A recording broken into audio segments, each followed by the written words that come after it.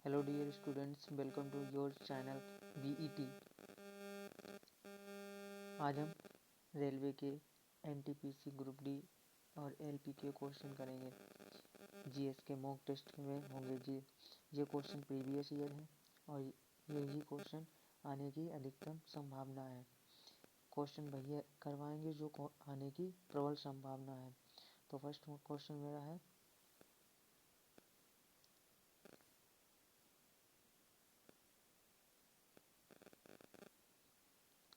एक फरवरी 2024 को किसने यूपीएससी के सदस्य के रूप में पद और गोपनीयता की शपथ ली?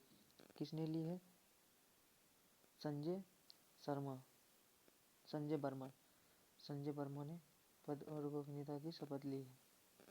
ठीक है। दूसरा क्वेश्चन है, निम्नलिखित में से किस विश्वविद्यालय ने मौलाना अबुल कलाम आजाद MA ट्रॉफी 2023 जीती है? क्वेश्चन नंबर 2, इसके ऑप्शन है गुरु नानक देव विश्वविद्यालय अमृतसर, लावड़ी प्रोफेशनल विश्वविद्यालय पंजाब। तीसरा ऑप्शन है कुरुक्षेत्र विश्वविद्यालय कुरुक्षेत्र और चौथा ऑप्शन है चंडीगढ़ विश्वविद्यालय चंडीगढ़। तो ऑप्शन करेक्ट कौन सा होगा इसका? गुरु नानक देव विश्वविद्यालय चंडीगढ़। गुरु नानक देव विश्वविद्यालय चंडीगढ़। गुरु नानक देव विश्वविद्यालय अमृतसर, चंडीगढ़ नहीं होगा, अमृतसर सही आंसर है। क्वेश्चन नंबर 3, 1849 में देश में परमहंस मंडली की स्थापना जाति के उन्मूलन के लिए कार्य करने के लिए की गई थी। कहाँ की गई थी? लाहौर, कलकत्ता, सूरत, बॉम्बे। तो आंसर हो जाएगा क्या? बॉम्बे, क्योंकि परमहंस की इसकी स्थापना बॉम्बे में ही की गई थी। परमहंस मंडली की स्थापना की गई थी बॉम्बे में। स्थिरता के साथ विकास के उद्देश्य से निम्नलिखित में से कौन सी पंचवर्षीय योजना शुरू की गई थी? स्थिरता के बाद कौन सी की गई थी? चौथी पंचवर्षीय योजना दोबारा शुरू की गई थी स्थिरता के बाद में। क्वेश्चन नंबर 6, सेंगोल का मूर्तिकार कौन है? सोलंग का मूर्तिकार कौन है? इसका होगा रामकिंजर वेज नहीं, पेल्लू पोच खानवान वाला और बेमुदी वेंकर शेट्टी, राम बनजी तुषार नहीं। ऑप्शन होगा इसका थर्ड, राम बेमुदी बंगारू शेट्टी। दिल्ली सल्तनत में दीवान-ए-आजिर किस विभाग से संबंधित था? दिल्ली सल्तनत में दीवान-ए-आजिर किस विभाग से संबंधित था? विदेश कार्य, विदेशी कार्य, विदेश कार्य, शाही पत्राचार और सैन्य विभाग, वित्त विभाग। आंसर इसका होगा सैन्य विभाग। क्या होगा? सैन्य विभाग, क्योंकि दिल्ली सल्तनत में सैन्य विभाग था। निम्नलिखित में से कौन सा मौर्य शासक था जिसने शिलालेखों के माध्यम से लोगों तक अपना संदेश पहुंचाने का प्रयास किया था? कौन सा? सभी को पता है, चंद्रगुप्त, अशोक, बृहद और बिंदुसार। आंसर क्या इसका सही होगा? अशोक, क्योंकि अशोक के द्वारा शिलालेखों के द्वारा संदेश पहुंचाया गया था जनता को। 69वें फिल्म फेयर पुरस्कार 2024 में लाइफ टाइम अचीवमेंट पुरस्कार किसे सम्मानित किया गया था?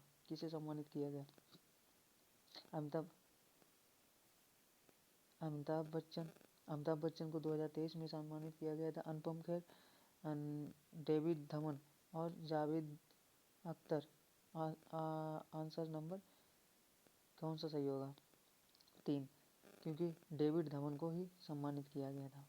ठीक, उसके बाद में क्वेश्चन नंबर, जनवरी 2024 में किस भारतीय केंद्र शासित प्रदेश में अपनी तरह का पहला बहुखेल समुद्री तट खेल आयोजित किया गया? कहाँ आयोजित किया गया? दमन एंड दीव में। पद्मा सुब्रमण्यम निम्नलिखित में से किस नृत्य शैली की प्रसिद्ध नर्तिका हैं? किसकी हैं? भरतनाट्यम, मणिपुरी, ओडिशा, कुचिपुड़ी। तो आंसर क्या होगा इसका? भरतनाट्यम। पद्मा सुब्रमण्यम किसकी नर्तिका हैं?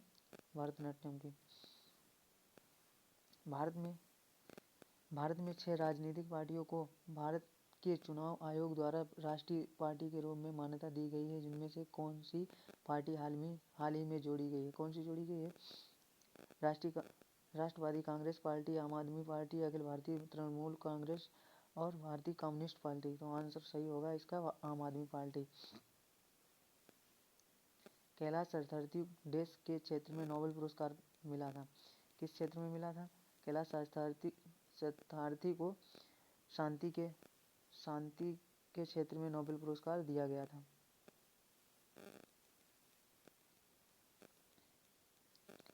राष्ट्रीय कृषि और ग्रामीण विकास बैंक नाबार्ड की स्थापना कब की गई थी?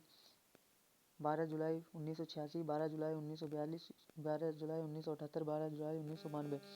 ये तो क्वेश्चन सभी को पता होना चाहिए, होगा भी, क्योंकि इसकी कब स्थापना हुई थी? 12 जुलाई 1982 को।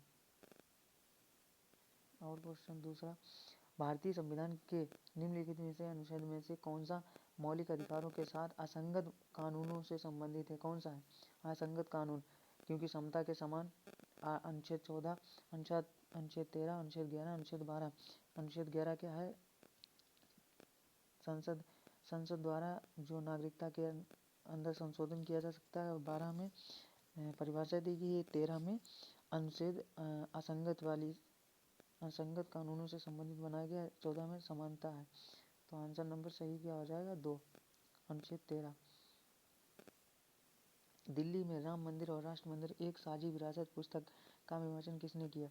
राम मंदिर और राष्ट्र मंदिर किसने किया है? इसमें आलोक कुमार, गोविंद गिरी महाराज, आरिफ मोहम्मद खान, जगदीप धनखड़। किसने की है? इसमें की है बुक का विमोचन आरिफ मोहम्मद खान ने।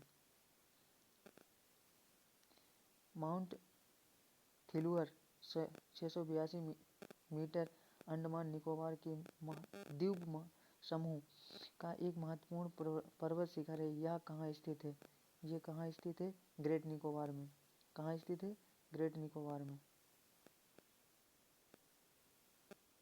अर्जुन पुरस्कार में देश का नगद पुरस्कार अर्जुन की एक कांस्य प्रतिमा और एक कलश दिया जाता है। कितना पुरस्कार दिया जाता है? 1 लाख, 1.5 लाख, 10,000 और 25,000। आंसर क्या सही होगा? 1.5 लाख।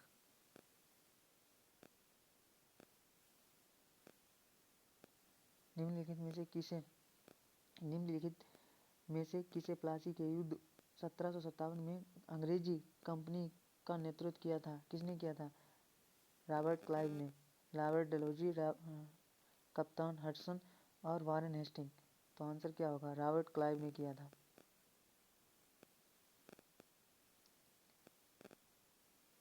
राष्ट्रपति द्रौपदी मुर्मू ने जनवरी 2024 में राज्यसभा के लिए किसे नामित किया है?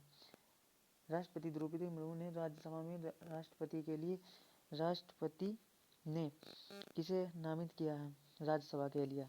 उषा उत्थुप, सतनाम सिंह सिंधु और अमिताभ कांत, हर्षवर्धन श्रृंगाला। तो आंसर क्या होगा इसका? सतनाम सिंह सिंधु।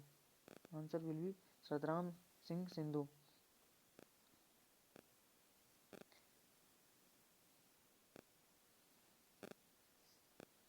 रेलवे भारत में ईस्ट इंडिया कंपनी के प्रथम गवर्नर जनरल कौन थे? ये तो सभी को पता होगा। प्रथम गवर्नर जनरल कौन थे? Lord Canning, Lord Dalhousie, Lord Cornwallis, Lord Warren Hasting. कौन थे? Warren Hasting.